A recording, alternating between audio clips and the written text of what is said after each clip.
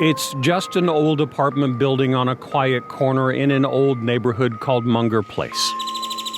But in a one-bedroom on the first floor. I've been in prison 3 times. I'm on parole right now.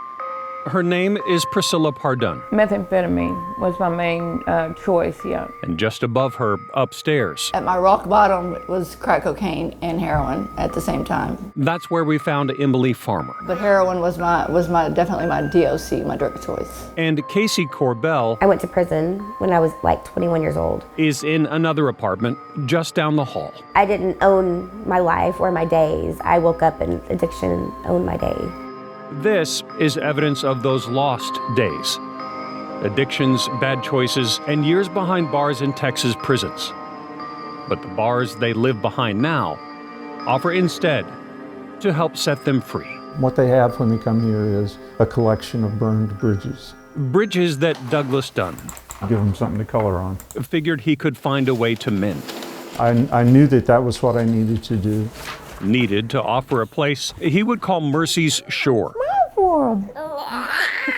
Free 18-month furnished housing for women just out of prison and drug treatment. Ready to go get your hair chair? Specifically women. Here, let me fix your hair, baby. Your hair's going everywhere. Because they often are not Beans, yeah. in this struggle alone. And what is that? For Priscilla, it's her 5-month-old son named Cypress. Homeless, I relapsed, was pregnant, and yeah, I was broke. I didn't know what to do. Show me one. Emily's son, Ivan, Show the camera one. is one. One.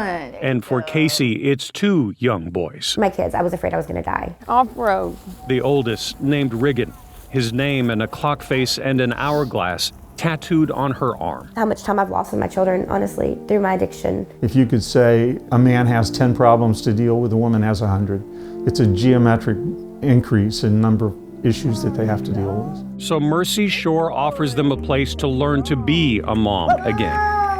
Whoa. Parenting and financial literacy classes, time to find a job and a permanent place to call home. I love this new weather. It's perfect. So that like Casey and Emily and Priscilla, Being a mother, you find love that you've never found before. Go. they're not back on the street or living in a car, Wave.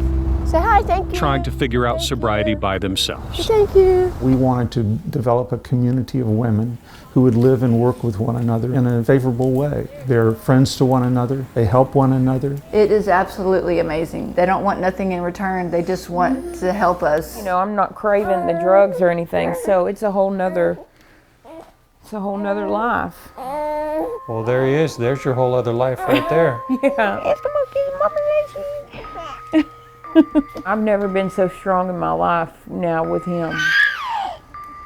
Well, how's math going? That's what I want to know. You remember our sevens?